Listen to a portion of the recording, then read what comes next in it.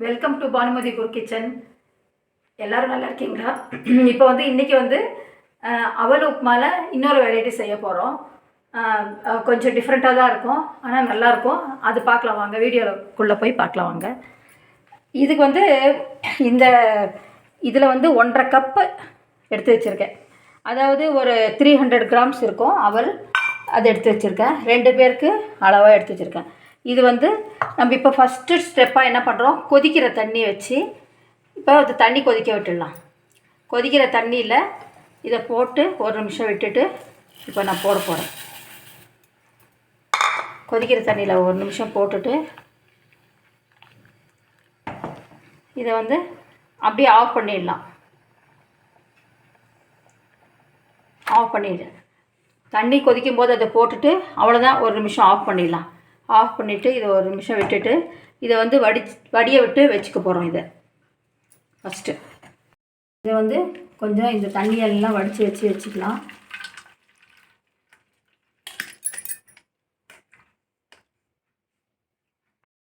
இப்போது அடுத்தது next mixie jar எடுத்துக்க போகிறோம். நல்லா நம்ம கையில் ஒரு கைப்பிடி தேங்காய் இதில் போட்டுட்டு நம்ம போட்டிருக்கிற அந்த அவலுக்கு தகுந்த மாதிரி ஒரு 2-3 பச்சை மிளகா, காரமாக இருந்தால் கம்மியாக போட்டுக்கோங்க. இது நான் இப்போ சின்னதாக இருக்கிறதுனால ஒரு 4 பச்சை மிளகா, கொஞ்சம் ஜீரகம், இவ்வளோ தேவைப்படாது, கொஞ்சம் ஒரு அரை ஸ்பூன் ஜீரகம், இவ்வளோ ஜீரகம் போட்டுட்டு கொஞ்சம் பச்சை மிளகா, இஞ்சி பச்சை மிளகா, ஜீரகம், தேங்காய், இதை நம்ம நல்லா ஓரளவுக்கு பொறன்னு அரைச்சிட்டு வந்துடலாம். இந்த மாதிரி ஒரு மாதிரி கொரப்பாக இந்த மாதிரி இருந்தால் போதும். தேங்காய் மசிகிற மாதிரி ஜீரகமும் பச்சை மிளகாவும் இஞ்சியும் போட்டு இதை ரெடி பண்ணி வச்சாச்சு. இப்போ ஸ்டவ் ஆன் பண்ணிக்கலாம். இது ஒரு 3 டீஸ்பூன் ஆயில் விட்டுக்கலாம். விட்டுட்டு கொஞ்சம் கடுகு வெடிக்கட்டும். இந்த கடுகு சீக்கிரமாக வெடிச்சிடும்.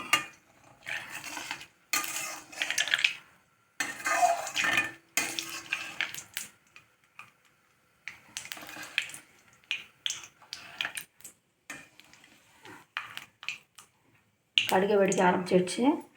இப்போ கடலைப்பருப்பு உளுத்தம்பருப்பு இதில் சேர்த்துக்கலாம்.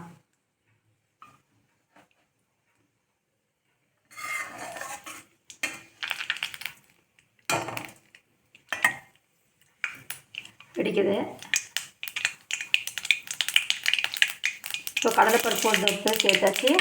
கொஞ்சம் நம்ம டேஸ்ட்டுக்காக கொஞ்சம் நிலக்கடலையும் நான் இதில் சேர்த்துக்கிறேன்.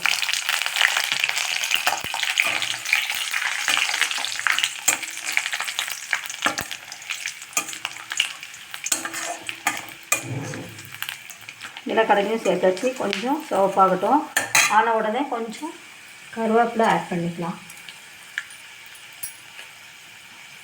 கருவேப்பிலை நம்ம இஷ்டம், அதிகமாகவும் போட்டுக்கலாம். ஆனால் கீழே எடுத்து போடாமல் அதையும் சேர்த்து சாப்பிட்ணும். அது நம்ம சாப்பிட்ணுன்றதுக்காக தான் போடுறது. நம்ம அந்த இதோடையே கூட சேர்த்து அது கூட கருவேப்பிலை கூட பொடிச்சிட்ருக்கலாம். இப்போ சரியாக போயிட்டு கருவேப்பிலை போட போகிறேன்.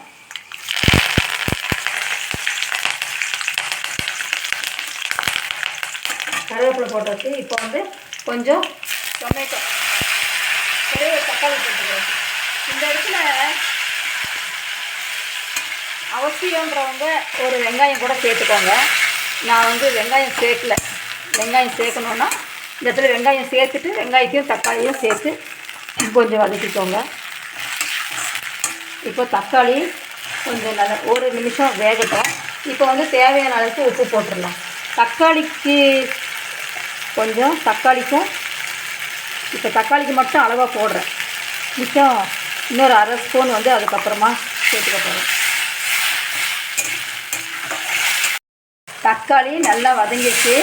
இப்போ நம்ம பொடிச்சு வச்சுருக்கிற அந்த தேங்காய், பச்சை மிளகா, இஞ்சி, ஜீரகம் இதெல்லாம் இதில் போட்டு போகிறோம். இது ஒரு விதமான டேஸ்ட் நல்லாயிருக்கும். இதையும் நீங்கள் பண்ணி பாருங்கள்.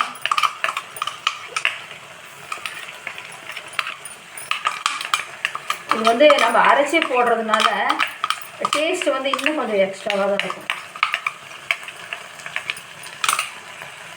இப்போ வந்து இதை ஒரு வதக்கிட்டு சும்மா மிக்சிங் பண்ணால் போதும். இதுக்கு மிக்சிங் பண்ணிவிட்டு இப்போ இன்னொரு அரை ஸ்பூன் உப்பு இதில் சேர்த்துட்டு, ஃபஸ்ட்டு நான் கொஞ்சம் கம்மியாக தானே உப்பு போட்டேன். 1.5 அதாவது 300 இதுக்கு வந்து உப்பு கிராம்ஸ்க்கு அவளுக்கு வந்து உப்பு வந்து அது பத்தாது. இன்னும் கொஞ்சம் உப்பு போட்டுக்கிறேன். உப்பு போட்டு ஒரு கலக்கிடலாம். கலக்கிட்டு நம்ம வந்து இப்போது அந்த அவலை வந்து வடித்து வச்சுருக்கோம் இல்லைங்களா, இது தண்ணியெல்லாம் வடிச்சிட்டு சுடுதண்ணியில் போட்டு பாருங்கள். சாஃப்ட் ஆகிடுச்சி, ஒரு மாதிரி நல்லா இருக்குது. இப்போ வந்து நம்ம இதில் அதை போட போகிறோம்.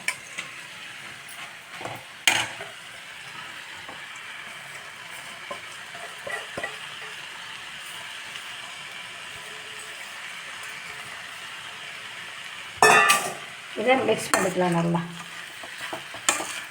நல்லா பலன்னு இருக்கும், சாஃப்டாகவும் இருக்கும் அதே சமயம். இது ஒரு மாதிரி புது மெத்தட் பார்த்திங்களா, அருமையாக இருக்கும். அதான் நான் சொன்ன மாதிரி இதில் வந்து விருப்பம் இருக்கிறவங்க வந்து நீங்கள் வெங்காயத்தை சேர்த்துக்கோங்க.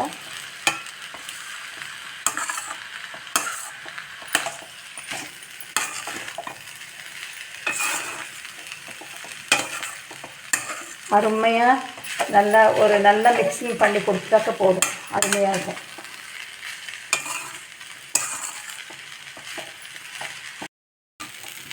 அவல் உப்புமா ரெடி ஆகிடுச்சு. இப்போ வந்து ஆஃப் பண்ணிவிட்டு சர்விங் பவுலில் எப்படி சர்வ் பண்ணுறதுன்னு பார்க்கலாம். சூப்பராக பாருங்க, நல்லா உதிராக ஆகிருக்கு. நல்லா சாப்பிட்றதுக்கு ரொம்ப நல்லாயிருக்கும். நல்லா ஒரு மாதிரி வந்து இது வந்து சாஃப்டாக நல்லாயிருக்கு சாப்பிட்றதுக்கு. நல்ல ஒரு ஜீரகம் வாசனையாக, கருவேப்பிலை வாசனையாக, கொஞ்சம் இஞ்சி வேறு போட்டிருக்கோம். ரொம்ப நல்லாயிருக்கு.